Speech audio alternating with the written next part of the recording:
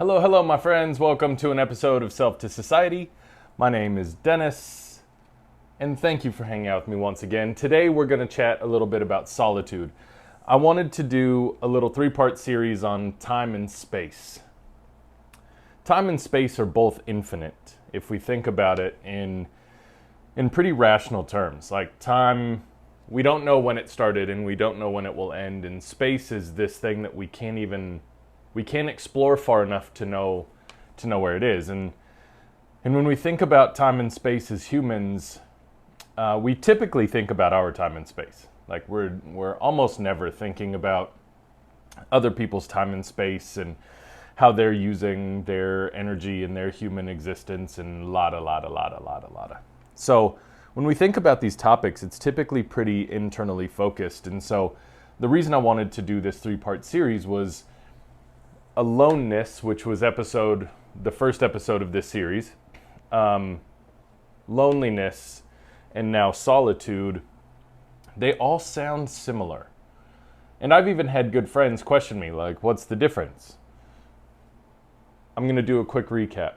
Aloneness is forced or chosen, the ability to have to be alone. You were in a relationship and now you're not. You had a friend group and now you don't. You had a particular community that you chose to walk away from. Whichever one of those things, aloneness, whether chosen or forced, is a gift because it allows you this really beautifully interesting time with yourself. And I suggested that, during this aloneness, you get to know yourself, you find some hobbies. Don't go get a dog. Like don't just try to take care of something else because you have this new time and space, but really allow yourself to revel in those moments. Loneliness. You can be surrounded by all the people in the world and feel lonely. You can have your kids and you can have your spouse and you can have your partner and you can have your work and you can have all these things and still feel lonely. Loneliness is the product of not being seen or chosen or wanted by the people that are around you.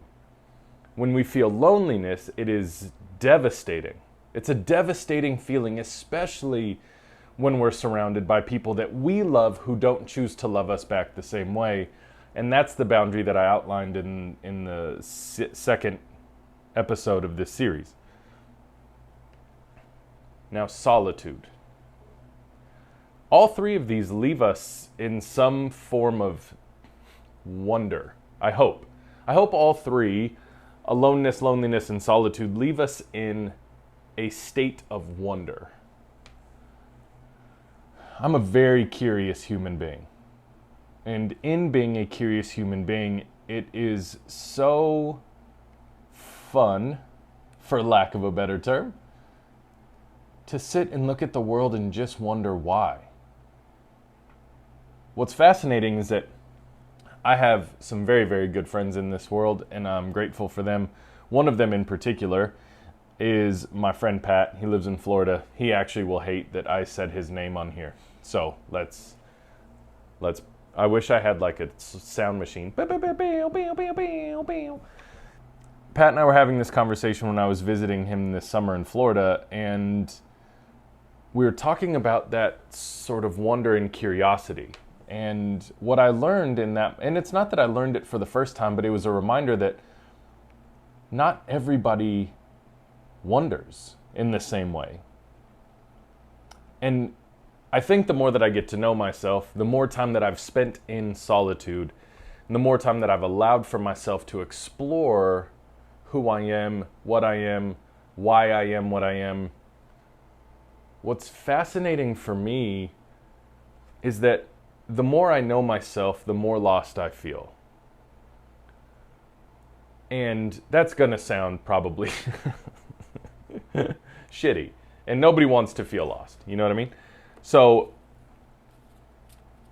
what I mean is, the more that I get to know myself, the more lost I feel in the world. Not the more lost I feel to myself. The more that I learn about myself, the more that I explore, the more that I take ownership of or embrace the things that feel most true about who I am and what I am, the more lost I feel in the world, which has led me to more moments of solitude. I used to have to force myself into solitude. I would have to turn my phone off, and I would have to drive out of town, and I would have to I would have to lie to friends. And I I used to do that. When I started down this journey and really embraced the idea that solitude was something I needed, I am such a social creature. I just love people, and I love being in the middle of it all, and I love the city. You know, I really love being a socialite of sorts. And I would have to lie to my friends and tell them that I was busy so that I could just spend a few hours by myself. But at first it was forced, like extremely forced. I couldn't get myself, it was hard to get myself to a place where I felt really comfortable. One of the first things that I did in my moment or my journey of solitude was write a poetry book. I didn't know what to do with my hands. I was like, I don't know what to do with my hands. And I needed some kind of outlet, and I used to write songs, and I used to write poetry, and I am very connected to words. I love words. They're like paint for me. It's like I'm Bob Ross with words, you know? No, I'm not comparing myself to Bob Ross. I'm just saying I feel like I can play with words in the same way that artists play with paint. And so I wanted to write a poetry book because I was spending all this time by myself, and I was like, I've fucking watched every goddamn Netflix show that I want to watch. And so I started to write a poetry book that's titled Sounding Board for the Obscene. You can find it on Amazon. It's there. So I wrote a poetry book called Sounding Board for the Obscene, and what I would do is I would go sit in public. Not all these poems.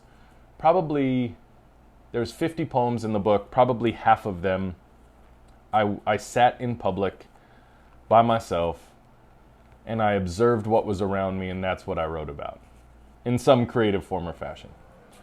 And so poetry for me was a savior in this experience of solitude. I don't know what solitude looks like for you. For you, it could be napping. There are people doing yard work, so sorry if you hear it. I didn't expect them to show up at this particular time. So if it's napping for you, nap. If it's painting, paint. If it's dancing, dance. If it's lifting weights, lift weights. If it's writing poetry, write poetry. If it's cooking, cook. But embrace these moments where you get to just explore yourself. I think that's the most beautiful part of solitude. Solitude is, for me, a part of aloneness and loneliness. It has to be. That's the part where we explore. Solitude isn't just being alone, particularly, but solitude is finding enjoyment and rest and peace in being by yourself. And that is a beautiful gift. In a world where so many people struggle to find their identity or to appreciate what they are, who they are, to be so curious with themselves of how they're supposed to show up in the world, when you can just sit with yourself and enjoy it, man, it's beautiful. It really is a beautiful gift. It really, really is. So my encouragement to you on this very short episode, I'm mostly annoyed by the landscapers. My encouragement to you is to seek solitude. Find some time and space for you to just be alone because you wanted to be alone. And even if you don't actually want to be alone, you're willing to be alone. I think willingness is 90% of this self-knowing journey. Knowing yourself as a human, we all have the skill set. It's not like one person is better at it than the other. It's just a matter of willingness and how willing we are to dive into the shit that we probably don't want to dive into. So in the same way with solitude, if you're willing to dive in, man, you're going to reap such beautiful benefits. You'll find a new hobby. You'll learn something quirky and weird about yourself. You'll be able to laugh at yourself, by yourself. You'll discover some new music. You'll find out that maybe you do love the city more than you thought. Maybe you do love nature more than you thought. The possibilities in solitude are endless, but I deeply encourage you to explore that. With that, we wrap up the small series on time and space. I've really enjoyed this. I've really enjoyed talking about these three things because they feel so similar by the way that they sound just in the words. But gosh, they're so different. And I hope you've taken something away from this. I hope if you find yourself in a season of aloneness or loneliness or choosing solitude, that you'll just lean in. That you'll just lean in and allow yourself to grow and benefit however your soul is searching to grow and benefit. Until the next time, my friends, I love you very much. We'll do this again next week.